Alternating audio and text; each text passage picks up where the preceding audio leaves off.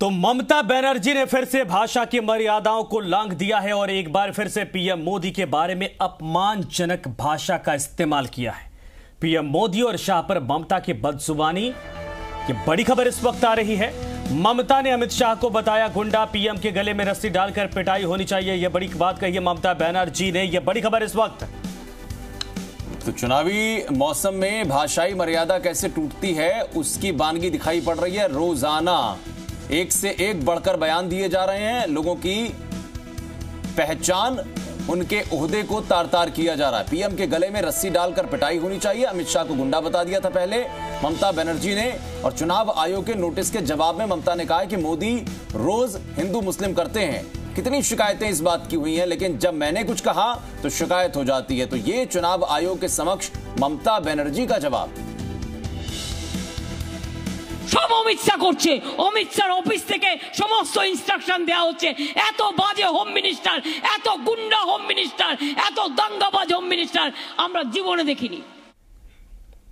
इधर क्या पश्चिम बंगाल में चौथे चरण के मतदान से पहले ममता बनर्जी डर गई हैं? सवाल है दरअसल इसलिए क्योंकि बीजेपी नेता इस बात का दावा करते हैं कि ममता को अच्छी तरह से एहसास हो चुका है कि वो चुनाव हार रही हैं।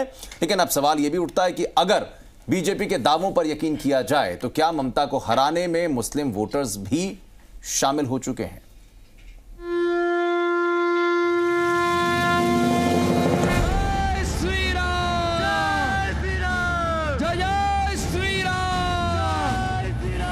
আল্লাহর কাছে প্রার্থনা করি, আল্লাহ দোয়া দাও, শুভ কামনা দাও, লা ইলাহা ইল্লাল্লাহ মুহাম্মদ রাসূলুল্লাহ।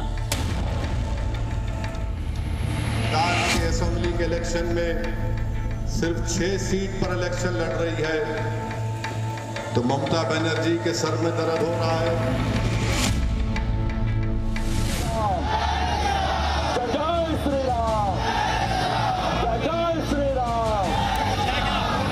तो मेरा मानना है ममता बनर्जी तो बीजेपी का जो प्रोटेक्शन है फूल, उसको यहाँ खिलाने का जिम्मेदारी लिए हैं। पश्चिम बंगाल में विधानसभा चुनाव का कल चौथे चरण का मतदान होगा। बीजेपी अपनी भगवा क्रांति से पूरे बंगाल में जय श्री राम का नारा लगा रही है और डंके की चोट पर ममता को हराने का दावा कर रही है। यहाँ तक कि बंगाल की जनता और मुस्लिम मतदाता तक ममता से खार खाए बैठे हैं। अब ऐसे में ममता चंडी पाठ करे या फिर कलमा पढ़े, ममता के खिलाफ खेला हो चुका है। जा रही है, जा चुकी है दीदी, जा चुकी है, सबके दिलों से जा चुकी है दीदी। जो टीएमसी वाले लोग हैं आज तक भी परेशान है कि हम लोग मुस्लिम होके क्यों मोदी को सपोर्ट कर रहे हैं। दीदी गांव में पूरा भाड़ में रात दिन मजदूर सोता है। यहाँ पर एक कंगाली के पुलिस के डंडा लगता था और सब यहाँ भूतनाथ भागता था, कोई किधर गंगाधार भागता था। लॉकडाउन के टाइम, हाँ लॉकडाउन के टाइम में बाबू बोल रहे हैं, हाँ ऐसा तैसा किया जाता था। पैसा भी पुलिस छीन लेता था, मारपीट कर।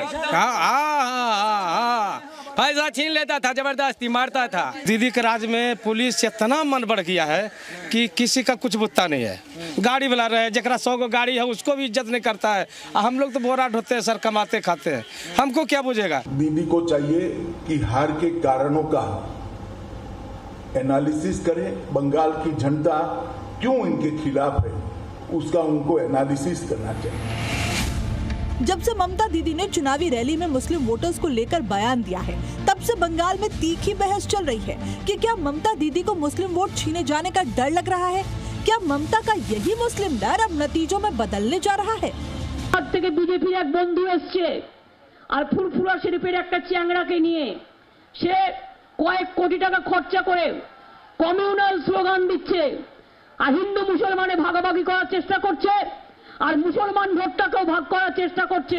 আমরা পরিষ্কার বলছি, গুজরাটিরা বাংলা শাসন করবে না, বাংলাই বাংলা শাসন করবে, এটা মাথায় রাখবেন।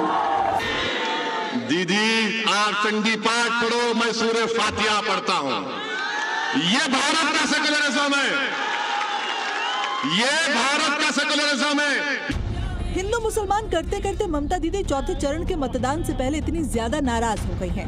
वहीं दूसरी तरफ बीजेपी के भगवा दहाड़ का चेहरा बन चुके योगी ममता दीदी और टीएमसी के गुंडों को खुला चैलेंज दे रही हैं कि 2 मई को दीदी गई, उसके बाद टीएमसी के गुंडों को यूपी स्टाइल में सबक सिखाया जाएगा। तो तो जो मैं कह रहा था, भाजपा जो कहती है सो करके दिखाती है, और मैं फिर कहने के लिए आया हूं, मात्र 24 दिन बचे हैं। 2 मई को जब चुनाव परिणाम आएंगे तो 2 मई टीएमसी के गुंडे कान खोल करके सुन लें कि उनके दिन अब समाप्त हो गए हैं। अब उनकी गुंडागर्दी नहीं चलने वाली है। 2 मई को जैसे ही काउंटिंग होगी, चुन चुन करके टीएमसी के गुंडों को जो अराजकता फैला रहे हैं, निर्दोष कार्यकर्ताओं को मार रहे हैं, भारतीय जनता पार्टी के 130 से अधिक कार्यकर्ताओं की निर्मम हत्या हुई है, और इन कार्यकर्ताओं की निर्मम हत्या करने वाले इन गुंडों के खिलाफ ऐसी कार्रवाई होगी कि इनकी आने वाली कई पीढ़ियां गुंडागर्दी करना भूल जाएंगी। ममता बनर्जी के सामने इस वक्त 2 चुनौती है। एक तरफ ममता मुस्लिम वोटों को लेकर ओवैसी और पीरजादा से मुकाबला कर रही हैं, जो दिन रात ममता के मुस्लिम वोट छीनने पर तुले हैं। दोनों मुस्लिम नेता ममता को मुसलमानों का दुश्मन साबित करने पर तुले हैं, जबकि ममता खुद को मुस्लिमों का मसीहा साबित करने पर आमादा है।